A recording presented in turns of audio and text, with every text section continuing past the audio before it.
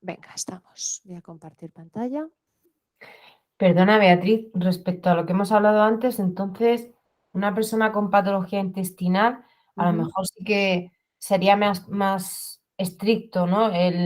No tanto el restringir o limitar los alimentos, las carnes, por ejemplo, rojas, sino más estricto, ¿no? Porque al final, si tienen, por ejemplo, una diverticulosis o... Claro, o sea, el grado de restricción va a depender del grado de gravedad, nunca mejor dicho, del cuadro que presente.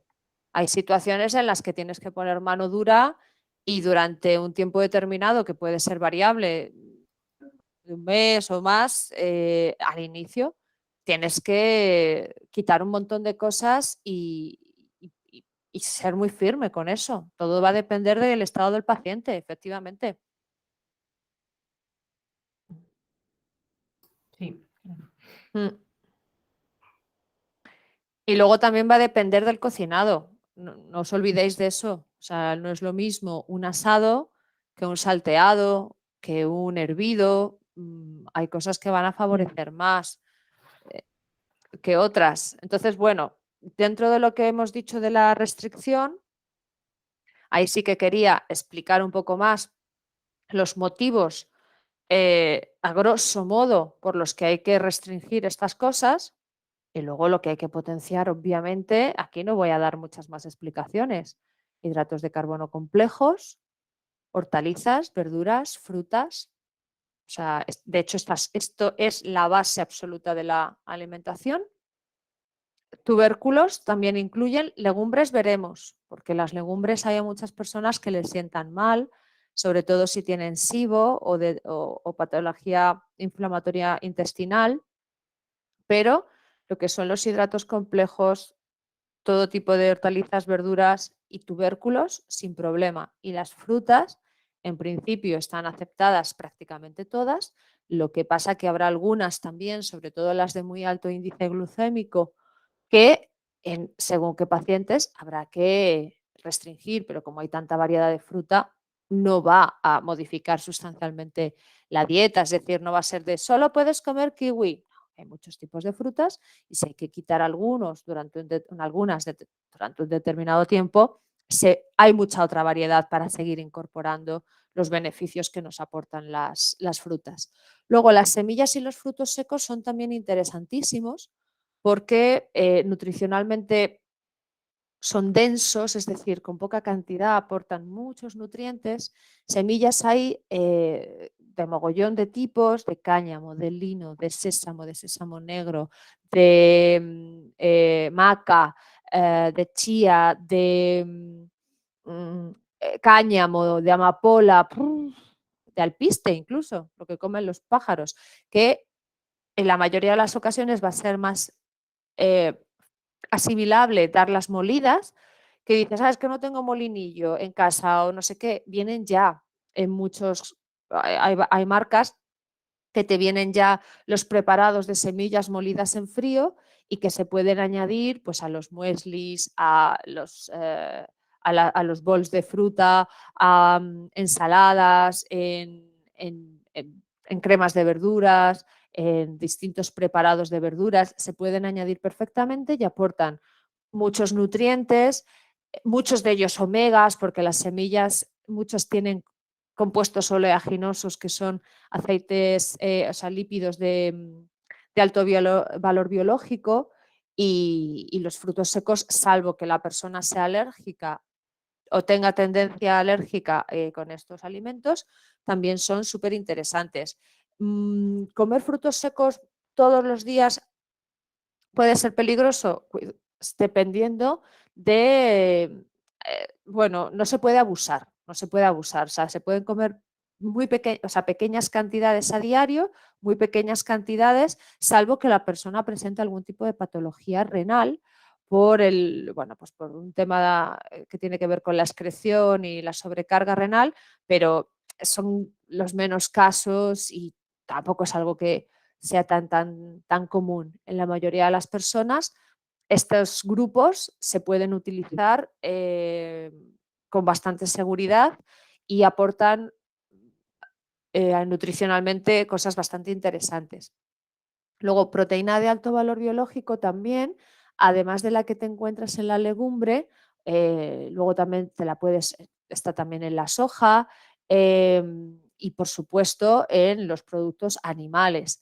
El huevo, mucha gente, ay, es que el huevo y el colesterol y no sé qué. A ver, si te comes 2 huevos fritos al día, pues probablemente sí estés aumentando el riesgo de tener mucho más colesterol o triglicéridos, pero utilizar huevo preferiblemente de buena calidad, camperos o ecos, que por unos céntimos más se nota bastante la diferencia de calidad con los normales, 2, 3 veces por semana, no solo no te va a hacer daño, sino que te va a aportar bastantes cosas. De hecho, dentro de, o sea, a nivel nutricional, el huevo es considerado el gold estándar por la cantidad bueno, de cosas que aporta y en las cantidades que lo aporta con una sola ración, por así decirlo. Después, dentro de esta proteína de alto valor biológico, también podemos encontrar algunas carnes, las carnes magras, que con independencia del animal se tiene la tendencia a pensar que todo lo que viene del cerdo es graso, por ejemplo, y no es así. De hecho, el lomo o el solomillo de cerdo tiene el equivalente en calorías a la carne de pollo. Por lo tanto, es algo que también puedes utilizar, conejo, pavo, eh, cerdo de este tipo, ternera blanca y aves perfectamente. Y luego pescado. Claro, en el pescado, lo ideal es el pescado azul pequeño, por varios motivos. Primero, porque está menos contaminado. Segundo, porque es salvaje. No hay piscifactorías de sardinas, al menos que yo conozca, ¿eh? A lo mejor ya las está empezando a ver y no lo sabía, pero no hay piscifactorías normalmente o esteros de pescados pequeños, las anchoas, los boquerones, los salmonetes, las caballas, no son pequeños, pero es otro tipo de pescado azul, un poquito más grande, pero que tampoco se cultiva. Las sardinas, todos estos, aparte de ser una buena fuente de ácidos grasos saludables, pues eso, son pescados salvajes y menos contaminados que los pescados grandes, el atún, el emperador, el salmón, que precisamente por ser más grandes y estar en aguas más abiertas, están mucho más expuestos a la contaminación que desgraciadamente tienen los mares y océanos. De manera que comer mucho atún, por muy rico que esté, por mucho que te guste, tampoco es buena idea por el hecho de la contaminación que pueda llegar a tener. Y luego los salmones, lubinas, doradas, etcétera, bueno, muchos de ellos son pescados de granja que no han comido krill o su alimento natural, sino que han sido alimentados con piensos. Entonces, dependiendo de la calidad del pienso que se le haya dado, pues va a condicionar lógicamente la calidad del producto final, esto es del pescado.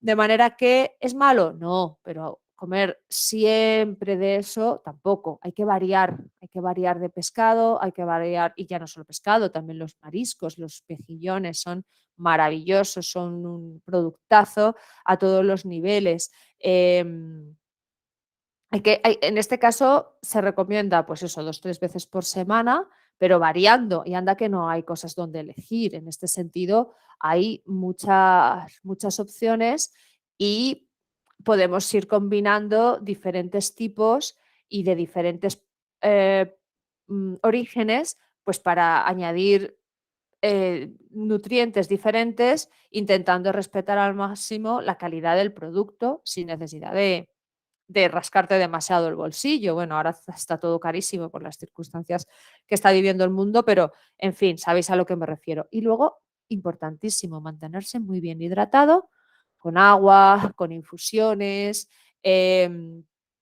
Mucha gente te dice, "Ay, es que a mí no me gusta el agua". Venga, pues le ofreces alternativas. Pues coges un poquito de zumo sin azúcar, no concentrado, un cuarto y los otros 3 cuartos de agua. Mucha gente te dice, ¿y puedo beber Aquarius Zero? Bueno, puedes beber Aquarius Zero, pero no que sea tu bebida. Pues lo mismo, vas al gym, imagínate, y es que el agua no me gusta y piensas, ¿cómo no te puede gustar el agua? O sea, es algo que yo no he llegado a entender y probablemente seguiré sin entender jamás cómo no te puede gustar el agua si no sabe a nada. O sea, no, en fin, bueno, el caso es que le dice, pues le puedes ofrecer lo mismo. O sea, tampoco es cuestión de, no, tienes que beber agua porque sí, porque si al paciente no le gusta, pues va a seguir bebiendo lo que le dé la gana y no te lo va a contar. Entonces, es mejor decirle, venga, vale, pero lo interesante es que bebas agua, que es lo que hidrata, que es lo que limpia, que es lo que va a ayudar a que se eliminen desechos, lo que no sé qué. Entonces, si no te gusta tal cual, pues toma, pues mezcla un cuarto pues de eso sin ese, pues venga, vale, cedes un poco, un poquito de Aquarius Zero, pero que sea un cuarto en junto con los 3 cuartos de agua con lo que lo vas a mezclar, o le metes zumo de limón, o zumo de limón y lima, o le añades unas gotitas de, pues eso, de, yo qué sé, ¿no? De alguna hierba. Le tienes que ofrecer alguna alternativa para que no se sienta ahí en plan de, uy, me ha prohibido tomar esto, esto y lo otro, pero como a mí no me gusta el agua, pues insisto, es que van a hacer lo que quieren y no te lo van a contar por miedo a que tú les represalies o les digas que eso está mal hecho. Entonces, no tratar a los pacientes como si fueran niños pequeños, ponerles, o sea, decirles las cosas claras, pero también ayudarles a que encuentren otras alternativas, ¿vale? Y las especias, aparte de que dan sabor, moderan en muchos casos las naturalezas de otros alimentos y tonifican mucho la potencia digestiva, porque la mayoría de las especias son calientes, hay algunas tibias, la mayoría son calientes y hay algunas muy calientes. Entonces, como la cantidad que se añade de especias es muy poquito, es lo suficiente para, además de sabor, moderar temperatura y ayudar a la función digestiva calentando, ¿vale?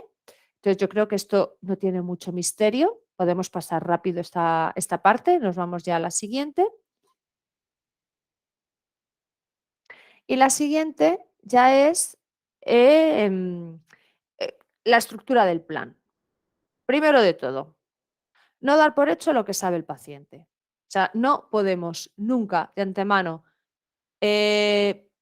pensar que que el paciente sabe, por ejemplo, lo que es un hidrato de carbono. Cuando tú te refieres a la palabra azúcar como hidrato de carbono, acláraselo, porque si no se lo aclaras, lo normal es que le hagas un lío. No des nunca por hecho que el paciente sabe lo que es un antioxidante. Hay que hablar con el paciente, escucharle y a partir de ahí darte cuenta de cuáles son sus conocimientos y en un momento dado, cuando le estás explicando hidratos de carbono, ¿sabes dónde los encuentras? ¿Sabes lo que son? Sin parecer pedante ni nada por el estilo, pero sí con el interés de querer explicarle algo para que esa persona pueda entender y en consecuencia actuar. Pero dar por hecho es terrible y, por supuesto, saber hacer bien las preguntas. Porque si tú le preguntas al paciente, ¿qué tal comes? ¿Cuál va a ser la respuesta habitual? Muy bien. Bien, claro, Bien. bien. Sí, Bien, de todo. yo creo que de todo, de todo. Yo creo que bien. Y cuando te pone, venga, y entonces caes en la cuenta y dices, venga, cuéntame un poco cuál es tu alimentación habitual. Y haces así. Claro, porque ese bien para el paciente es como el que, ¿y tú cuánto bebes? Lo normal, claro, es que lo normal para mí puede ser tomarme una cerveza al fin de semana o dos, y lo normal para otro puede ser tomarse 4 cervezas al día. Entonces, ojito con cómo formulamos las preguntas. Hagamos preguntas que no den respuestas genéricas, sino cuéntame por fin cómo te sueles alimentar, a qué hora te levantas, cuándo desayunas, qué tipo, así yo les digo, hazme como una radiografía de lo que comes. Ay, pues cuéntame, por ejemplo, lo que comiste ayer.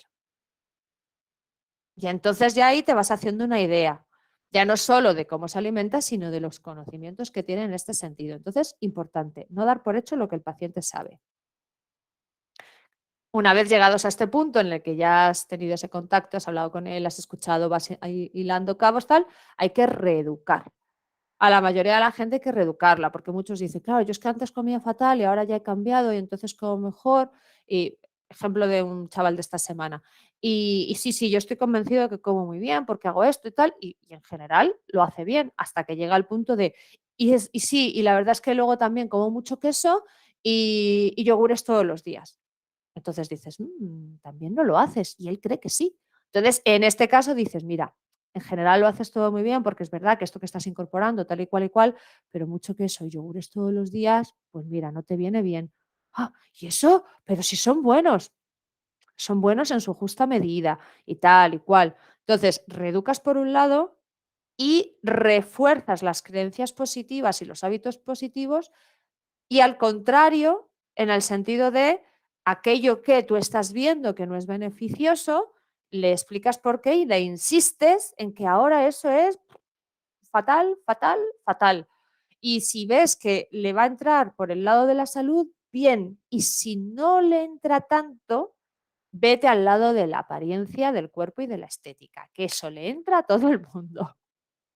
Parece triste y a veces es triste, pero es así. Puede que por el, bueno, no pasa nada, si yo no me encuentro mal, si a mí no me sienta mal, ya, y dices, bueno, sí, sí te sienta mal en el momento en el que te hace engordar, ¿verdad? Ay, claro, utilizas la palabra engordar y empieza así los sudores fríos.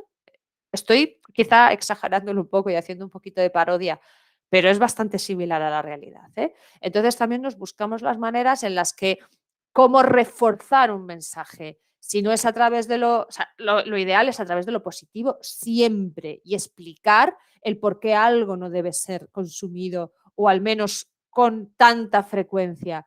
Y si no funciona porque hay muchas reticencias, vete por el lado donde le pueda doler a la persona, que normalmente va en esa dirección. Importante. Y esto al principio, bueno, pues te cuesta un poco más de tiempo y luego va siendo todo mucho más fluido, porque tú obviamente también vas aprendiendo y agilizando tus métodos de trabajo. Pero es muy importante hacer un plan detallado donde no se dejen las cosas a la interpretación del paciente, a ser posible visual, ¿m? Con ejemplos, con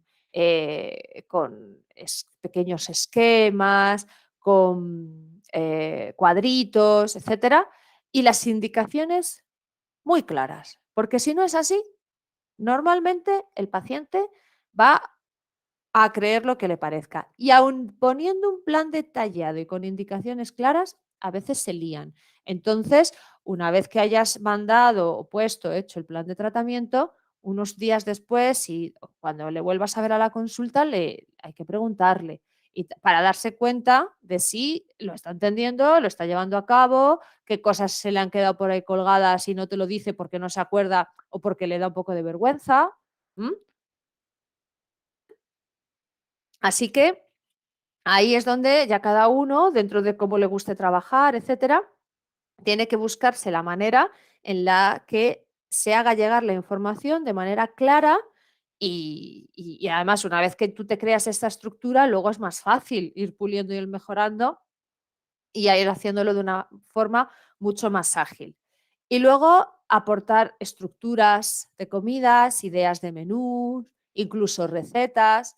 Sí, dices, joder, es que esto es mucho trabajo. Insisto, al principio sí es verdad que te va a llevar un pelín más de tiempo, pero es que aparte de que a ti te va a enseñar a generar una estructura de plan terapéutico, que también, también nosotros tenemos que aprender a hacer estas cosas, luego va a ser todo mucho más fácil y va a generar muchísima más adherencia al paciente. O sea, no se trata de dárselo masticado, porque llegará un momento que el paciente tenga que volar con sus propias alas, pero al principio, cuando estás incorporando cambios, modificaciones, alimentos distintos, horarios, son muchas cosas. Y si el paciente no lo ha hecho antes es porque no sabe. Entonces, si no sabe y tú sí, ayúdale a que sepa y a que aprenda. Y lo más fácil en esto es pues, con este tipo de cosas. Y además yo os he puesto en este sentido en los apuntes cosas parecidas, ¿vale? Para que también lo tengáis como referencia. Promover siempre la comida de temporada y la comida estacional, porque es la más sensata, es la más cercana, la que está ahí en los mercados para, bueno, pues porque es lo que la tierra provee en cada momento. Ojo, que ahora tenemos alimentos de cualquier temporada y de cualquier lugar del mundo. Entonces, bueno, si encima queréis potenciar los alimentos de kilómetro cero eh, y este tipo de cosas, pues hombre, desde mi punto de vista es todavía mejor porque se potencia el consumo de productos locales, no se deja tanta huella de carbono, también se reeduca un poco a la gente en este sentido. Y luego aprender a combinar alimentos. Y esto es algo que de inicio no es tan sencillo y que vas aprendiendo sobre la marcha. Y además luego, ¿y cómo se aprende mejor? Aplicándolo en ti mismo. Tenéis cuadros de distintas naturalezas, o sea, de distintas cosas. Los cuadros de los sabores con las naturalezas, los que vimos en las clases de febrero, acordaos que los tenéis que tener en los apuntes. Los cuadros de combinación de sabores que os he puesto yo en los apuntes más recientes. Luego también qué alimentos son más tonificantes de chi, de sangre, de tal, cuáles los tipos de cocinados. Entonces, hay que ir aprendiendo a combinar alimentos para crear sinergias terapéuticas. ¿De acuerdo? Como esto lo tenéis en los apuntes y lo hemos hablado en varias ocasiones ya a lo largo del curso, pues no voy a seguir ahondando sobre esto, porque para eso también tendréis luego que estudiaroslo un poquito, pero creo que se entiende bastante bien, ¿verdad? Sí. ¿Sí? ¿Hay alguna pregunta en este sentido o pasamos ya a la siguiente parte del temario? Por mí pasamos, yo no tengo ninguna pregunta, vamos. Vale, perfecto. Muy bien, pues venga. Ok, pues entonces vamos a ver algunas de las aplicaciones clínicas de la dieta. Claro, ya hemos visto otras, o sea, por supuesto. Pero ahora vamos a ir así haciéndolo un poquito más ágil y en el que ya vamos a hacer una participación mucho más directa porque a estas alturas va a haber preguntas que se respondan prácticamente solas y que otras que vais a responder vosotros, obviamente. Venga, nos vamos a patología digestiva. Eh, hay una alta prevalencia en consulta. Normalmente está asociada a otras condiciones, como es lógico, porque bueno, hay circunstancias en las que sí puede aparecer una dispepsia sola, pero muchas veces esa dispepsia va a ser consecuencia de una situación emocional o de un cuadro de estrés o de una falta de descanso porque se esté en un pico de trabajo, de estudio muy potente. Por lo tanto, habrá que ver no solo la manifestación, que será la dispepsia, sino el origen. Y una de las cosas que ocurre mucho con la patología digestiva y lo que vamos a ver aquí es lo más básico de lo básico, pero claro, por ser lo básico también es por donde hay que empezar, lógicamente, porque si no se entiende esto, las cosas que sobrellevan después, pues tampoco se van a entender, obviamente. Y la patología digestiva como en general casi toda patología, pero hay algunas que dan más sintomatología que otra y por lo tanto afectan más a la calidad de vida y a la salud en general. Y ya no solo en este caso la calidad de vida, que obviamente sí, porque si cada vez que come alguien después tiene molestias o, pues hombre, no es una buena calidad de vida y a la salud en general por las repercusiones que esto va teniendo a la larga, lógicamente, que si absorción de nutrientes, que si inflamación, que si más acúmulo de tóxicos por el estreñimiento o menos ganas de comer por las molestias, entonces se va reduciendo la ingesta o el tipo de alimentos y ya empieza a haber déficits y carencias nutricionales, es decir, suele generar unas ondas expansivas pues que ya no solo abarcan lo que sería el cuadro en sí, sino que van ya a afectar a la salud general de las personas. Muy bien. Nos vamos con la dispepsia, que la dispepsia básicamente es indigestión, mala digestión, por así decirlo. Las características generales, con independencia de que haya más síntomas, obviamente, pero lo que casi siempre suele concurrir, los patrones, o sea, los síntomas comunes a la dispepsia suele ser pesadez, estas digestiones pesadas, ¿no? Lentas, que cursan con inflamación de distinto grado, más o menos, pero que suelen dejar pues eso, a la persona así hinchada, con malestar o directamente dolor, aquello de, uff, qué molestia, o no, no, es que me duele, es que me duele. Flatulencias o borborismos, que son estos ruidos hidroaéreos, y en ocasiones con náusea o ardor. Muchas veces lo más, o sea, lo más normal suele ser lo que está escrito arriba, pesadez, inflamación, malestar, y en algunos casos llega a dolor, pero esto es como lo más común en la dispepsia, y luego, dependiendo de el grado de afectación o la naturaleza, es decir, el origen que desencadena este cuadro, ya nos podemos encontrar con esto otro. Tres ejes principales desde nuestra perspectiva de medicina china: una debilidad de la tierra, ¿verdad? Acumulación de flema y frío. No me voy a detener a explicar esto, porque volveríamos a esto que hicimos ayer o hice ayer, de tener que dar más espacio a explicar los mecanismos fisiopatológicos. En aquellas circunstancias de ayer sí, porque era algo más complejo y quería que se entendiera el cuadro a un nivel más general. Aquí ya hemos hablado bastante sobre el tema, y aparte que en los apuntes está también más explicado, y que la mayoría de vosotros tenéis los conocimientos suficientes como para entender por qué los tres ejes principales de esto o de aquello o de lo que vamos a ir viendo es así. Pues volvemos a centrarnos en estos tres ejes: debilidad de la tierra, acumulación de humedad, flema, y en muchas ocasiones frío. El frío digestivo en las patologías gástricas suele estar muy presente. Que también hay calor, por supuesto, pero en una dispepsia, si hay debilidad de la tierra, va a ser más fácil que haya frío a que haya calor. Insisto, puede haber calor. De hecho, si ocurre ya el ardor, sobre todo a nivel de boca del estómago, de epigastrio, o ardor en zona esofágica, es un síntoma de calor, pero que no necesariamente deriva de la tierra. A lo mejor está derivando de otro elemento que sube y agrede. ¿Cuál sería ese elemento?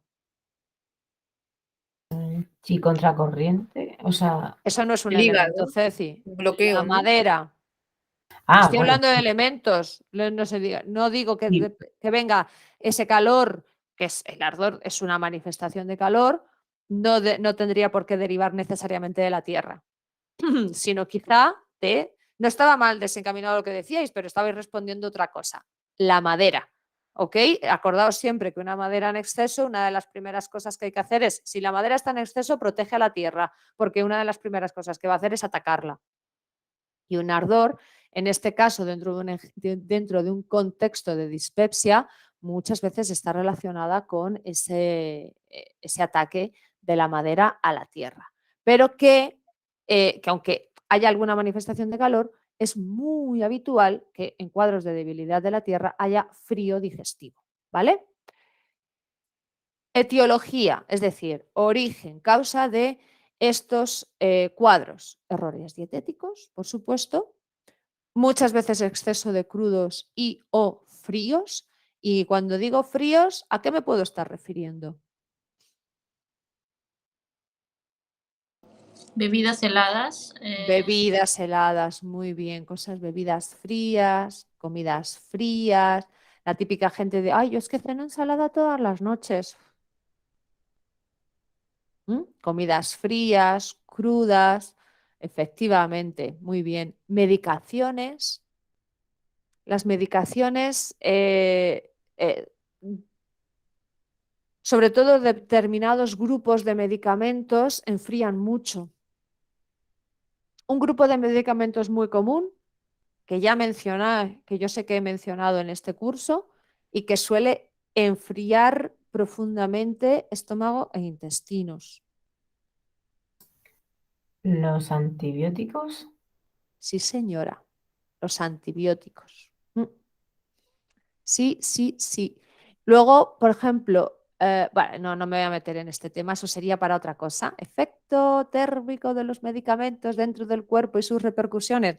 Eso sería para un anexo a este curso, pero no me voy a meter ahí porque nos llevaría demasiado tiempo. Pero que tengáis en cuenta que las medicaciones habituales también son parte de los problemas que se originan a nivel digestivo. Pero sí, en este caso quiero recalcarlo porque, bueno, los antibióticos son tan comunes y a veces se recetan así tan como si fueran chicles que ojito con ellos.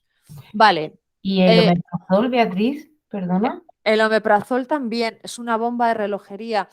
Pertenece al grupo farmacológico de los inhibidores de la bomba de protones, que básicamente la bomba de protones es lo que genera los ácidos en el estómago, de manera que ya no solo anula la función de acidificar y por lo tanto de descomponer adecuadamente los alimentos, sino que además enfría y arrasa con la microbiota intestinal. El omeprazol también es terrorífico. Claro, al final va a terminar atacando al yin, ¿no? A la estructura. A la estructura y al yang también. Va enfriando Mm. y va desgastando, corroyendo, por así decirlo, la estructura. Sí, sí, Ujú. sí. Así es, así es. Entonces, claro, además que se vuelve vago el cuerpo. De hecho, con pacientes en los que trabajamos la retirada de omeprazol, son retiradas que duran entre 4 y 5 meses, ¿eh? Y de una forma muy medida, paulatina, por supuesto, con un apoyo de otro tipo de producto que sustituya al omeprazol, pero con calma, ¿eh? O sea, estas retiradas llevan tiempo porque el cuerpo se ha desacostumbrado a hacer esa función y la gente que dice, ay, ya no quiero tomarlo más y tal, no puede ser. Hay que hacerlo con cabeza y con paciencia. Pero sí, sí. Además que el omeprazol se ha visto, o sea, hay ya estudios, lo que pasa es que hay que saber encontrarlos porque, claro, como echan tierra, o sea, tienen un impacto tan negativo sobre el consumo de omeprazol, que probablemente es uno de los fármacos, junto con las estatinas, más consumidos a nivel mundial, más recetados, es decir, dinerito ingente para las farmacéuticas. Hay determinados estudios que, oye, que no sean de tan fácil acceso, pero ya hay estudios prospectivos de muy largo plazo que demuestran que las personas que consumen omeprazol de forma muy habitual, es decir, casi todos los que consumen omeprazol, porque ya son dependientes del fármaco, tienen más riesgo de desarrollo de patologías degenerativas y neurológicas y demás. O sea, encima tienen unos efectos secundarios a largo plazo muy chungos, muy chungos. Así que el tema del omeprazol, en fin, pues eso, a tenerlo en cuenta. También etiología para la dispepsia. Claro, no masticar y comer deprisa. Si le estamos dando al cuerpo trozacos de comida que le va a costar un horror digerir, pues va a ser todo mucho más lento, mucho más pesado. Es muy posible que luego se generen más gases, porque lo que pasa al intestino no está debidamente digerido. Entonces, pues esto es una de las etiologías más comunes. Estrategias terapéuticas que vamos a utilizar, pues en función de los ejes principales, lógicamente. Vamos a hacer un refuerzo, una tonificación de las funciones del bazo y del estómago, promover la digestión, es decir, agilizarla, hacerla más ágil y remover estancamientos, mover hacia abajo lo que haya que mover hacia abajo, es decir, dinamizar la digestión y por otro lado, drenar humedad, que es uno de los productos patológicos como consecuencia de esto y de esto. Va a aparecer humedad casi seguro, entonces además de fortalecer la función digestiva, dinamizarla, para hacerla más ágil y para remover los estancamientos, encima habrá que drenar la humedad. ¿Y cómo vamos a hacer esto? Pues por un lado, alimentos cocinados, nada de crudos. Y si son fríos, imagínate, es decir, y si son alimentos cocinados pero que se consumen no calientes, que no estén fríos, que no estén de la nevera. Pongo un ejemplo, yo qué sé, ensaladilla rusa, pues, o una ensalada de patata. ¿Te la tienes que comer recién sacada de la nevera? No, hombre, no. Puede estar hecha a una temperatura ambiente para que cuando entre al estómago no haya un choque térmico. Es decir, que la comida ya está cocinada, es decir, está todo cocinado, que si el huevo, que si la patata, que si la zanahoria, que si los guisantes, está cocinado, pero no se consume a temperatura caliente. Ok, eso no significa consumirlo a temperatura fría, ¿de acuerdo? O sea, también hay que diferenciar estas cosas. Y a ser posible que con independencia de las sinergias que vayamos creando con las combinaciones de alimentos, sus sabores, sus colores, etcétera, etcétera, que a ser posible siempre en las comidas principales haya alimentos que por sabor, color o ambos tengan tropismo por bazo y por estómago. Carbohidratos complejos porque van a ser los que aporten energía de forma sostenida al organismo sin hacerle trabajar de más y fortalecen, por lo tanto, la función del bazo y del estómago al nutrir la estructura y al nutrir a estos órganos, y para no forzar la máquina, hacer ingestas más reducidas, es decir, que favorezcamos con las cantidades el menor trabajo, el menor esfuerzo del estómago, intestinos, etcétera, etcétera, aunque necesitemos ampliar la frecuencia, pero jugar también con las cantidades es otra estrategia terapéutica. Cosas que directamente tenemos que evitar, por supuesto, los alimentos crudos y los alimentos fríos, especialmente por la noche o de muy de mañana. Si estamos en pleno verano, pues evidentemente no te va a apetecer tomarte un caldo así humeante, pero sí decir que no esté recién sacado de la nevera, porfi, que esté a una temperatura que se deje comer en plena canícula, pero que no esté muy frío. O sea, sentido común, básicamente. Por supuesto, fuera todo lo que genere humedad y lo que encharque y lo que estanque el estómago. ¿Refinados de qué tipo? ¿De qué? ¿Refinados? Venga, los dos grandes grupos de refinados que hay que quitar son harinas blancas. Harinas y Harina y azúcares. azúcar. harinas y azúcares, exacto. Harinas y azúcares. Cuando digo refinados ya estamos hablando de los blancos, claro, que son aquellos que pues se les ha quitado la mayor parte de las bueno, pues pues la palabra integral sabéis que significa entero, todo. Y es porque el alimento, por ejemplo, los granos de lo que sea, del cereal que sea, tienen la cáscara, el salvado, etcétera, que normalmente les da otra coloración, que no es blanca y que tiene muchas propiedades nutricionales y mucha fibra y tal, tal, tal. Y eso es lo que se quita. Y por supuesto en el azúcar de caña, que puede ser integral, se la refina y se la convierte en un producto que es nutricionalmente cero, o sea, no tiene ningún tipo de beneficio nutricional y es todo calorías vacías. A eso, o sea, lo de blancas es que lo he escuchado, creo que lo ha dicho Pamela, es una redundancia en el caso de los refinados, ¿vale? Para que nos vayamos acostumbrando ya a pensar en estos términos y encontremos las equivalencias y no lleguemos al punto de que pueda llegar a ser confuso, sino que se tenga clarísimo que un refinado es aquello a lo que se le ha quitado la parte integral del alimento, es decir, se le ha despojado de parte de sus componentes y por lo tanto de sus cualidades, y ha quedado esta cosa blanca que visualmente es muy bonito, que palatablemente es muy agradable, pero que nutricionalmente no nos interesa casi nada. Luego, Beatriz, sí, disculpa, ¿la panela entraría dentro de estos azúcares más recomendables como los siropes? A ser posible, sin refinar, sí. Vale, de acuerdo. O sea, la panela en general te cuadra si es en pequeña cantidad y si encima es sin refinar, pues mejor todavía. Que la Vale, hay, que encuentras panela no refinada o panela integral, la llaman también. Pero vale, sí, mejor todavía. vale.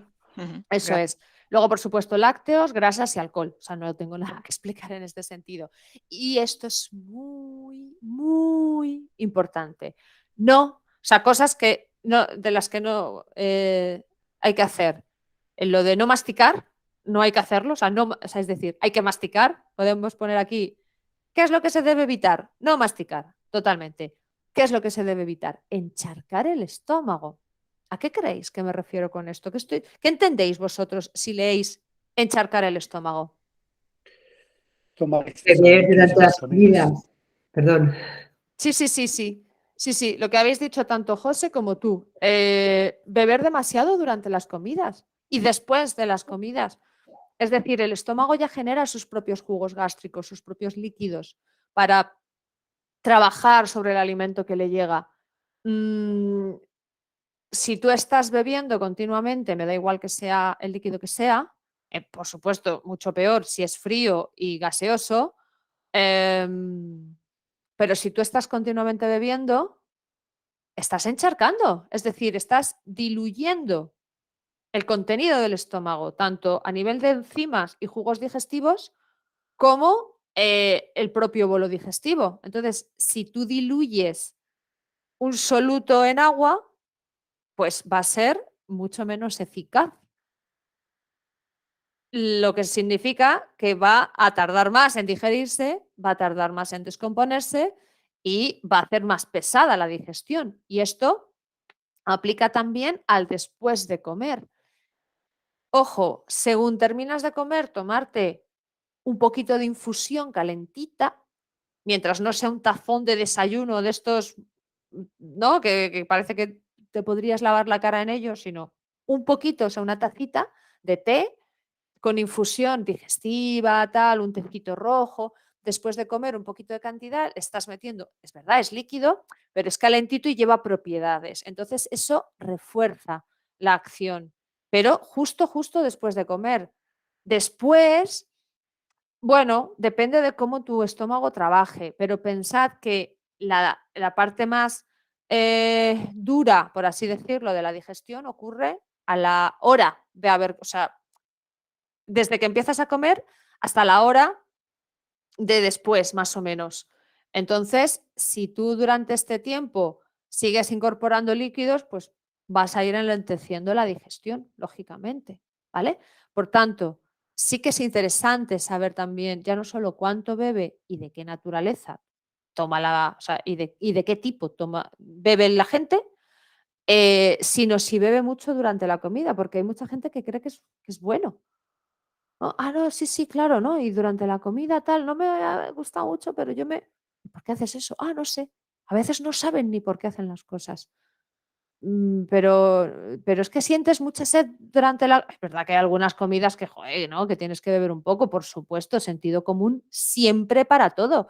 Pero aquello, no, no, es que yo pensé que era bueno, pero ¿te sienta bien? No, no, no me sienta bien, pero pues es que no es bueno. O sea, encharcar el estómago y además te puedes acostumbrar bastante fácil a no beber durante la comida o tomar unos sorbitos para pasar mejor o porque de repente la comida esté salada o porque estés comiendo algo de picante, pero todo en cantidades muy moderadas para no encharcar el estómago.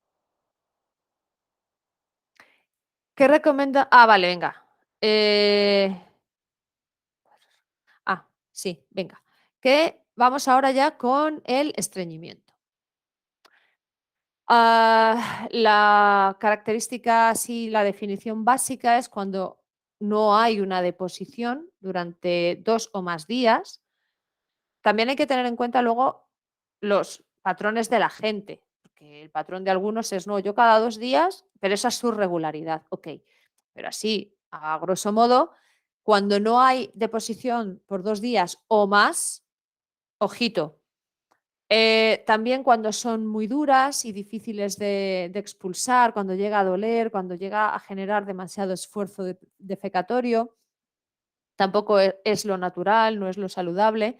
Y el estreñimiento es algo que hay que resolver siempre, que no se puede desdeñar en modo alguno sus consecuencias, porque además de alterar la dinámica digestiva, porque bloquea abajo lo que por el propio sistema tiene que siempre descender, sino que aumenta la endotoxicidad. Pensad que al fin y al cabo es lo que el cuerpo ha rechazado como no válido, como cosas que no le convienen, que no quiere tener ahí, que además ha pasado por el procesamiento de un montón de bacterias que también a su vez han ido soltando las toxinas o los desechos de sus propios metabolismos para hacer esas funciones en ese contenido de heces, y que si no se elimina en el tiempo adecuado, se mantiene dentro del intestino en contacto con la mucosa intestinal profundamente vascularizada, y que esas toxinas,